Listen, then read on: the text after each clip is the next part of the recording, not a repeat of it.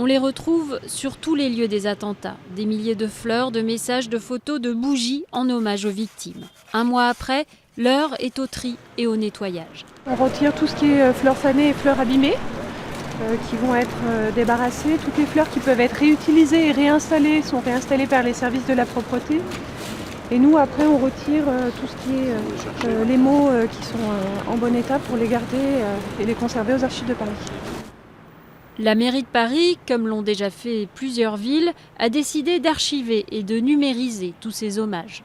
Nous sentons qu'il y a un besoin, une volonté de conserver la totalité des hommages, des signes de commémoration qui auront été rendus sur les lieux des attentats. C'est donc fait de manière beaucoup plus systématique que nous ne l'avions fait après les attentats de Charlie Hebdo.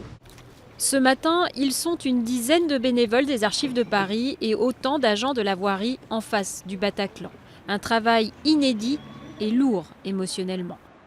C'est difficile parce que surtout que c'est pas le premier site qu'on fait, donc c'est sûr que c'est difficile. Il faut se mettre une barrière, il faut pas trop regarder, pas trop lire parce que sinon on n'arriverait pas à travailler, tout simplement.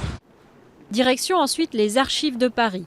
L'urgence, faire sécher tous les documents mouillés par la pluie avant qu'ils ne se détériorent davantage. Ça va être un très très gros défi de trouver la place parce qu'on a énormément de documents. Enfin, faut à peu près 5 tables pour faire un carton. Je pense qu'on a au moins une quinzaine de cartons à faire sécher. Donc c'est long, il faut compter à peu près 24 heures de séchage.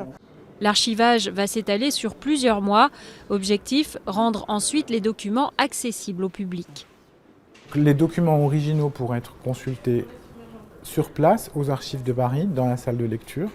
Et ceux qui auront été numérisés pourront être consultés en ligne sur un site dédié des archives de Paris. Au-delà des archives, la mairie de Paris envisage aussi d'installer sur la place de la République, devenue lieu de recueillement, un mémorial aux victimes des attentats.